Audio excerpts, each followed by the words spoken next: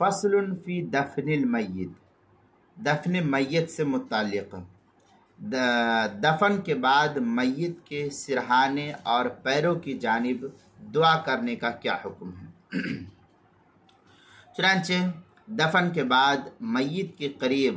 سرہانے ہو کر کے سر کی جانب، یہ سر کی طرف، اس کو سرہانہ کہتے ہیں، تو سرہانے ہو کر سر کی طرف ہو کر کھڑے ہو کر کے سورہ فاتحہ یا سورہ بقرہ کی ابتدائی آیات الف لام میم ذالک الکتاب سے اولئک هم المفلحون تک پڑھے، اور پیر کی جانب، پایتی جانب پیر کی طرف کھڑے ہو کر کے سورہ بقرہ کا آخر رکوع، اگر کسی کو یاد ہے تو للہ ما فی السماوات و ما فی الارض و ان تبدوا ما فی انفسکم او تخفوا، یہ پوری آیت پورا رکوع جو ہے آخر تک پڑھنا، اور میت کو اس کا ایصال ثواب کر کے اس کے لیے سہولت سوال و جواب اور تخفیف حول قبر و اثبات علی الایمان کی دعا کرنا یہ مستحب عمل شمار کیا گیا ہے۔ چنانچہ السنن الکبریٰ للبیہقی کے اندر اس طریقے سے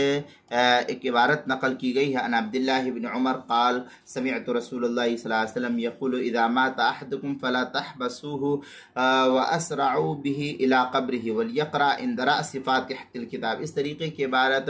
السنن الکبریٰ للبیہقی جلد نمبر 7 صفحہ نمبر 16، باب علی من مات من اہل القبلہ باب زیارت القبور، حدیث نمبر 9294، مشکات المصابیح صفحہ نمبر 149، باب دفن المیت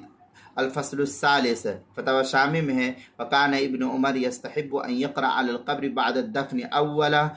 سورۃ البقری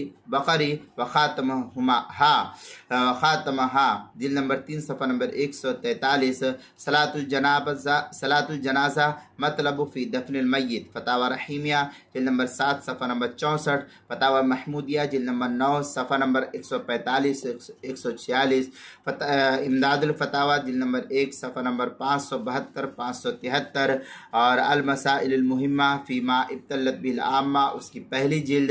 صفحہ نمبر 88، عنوان ہے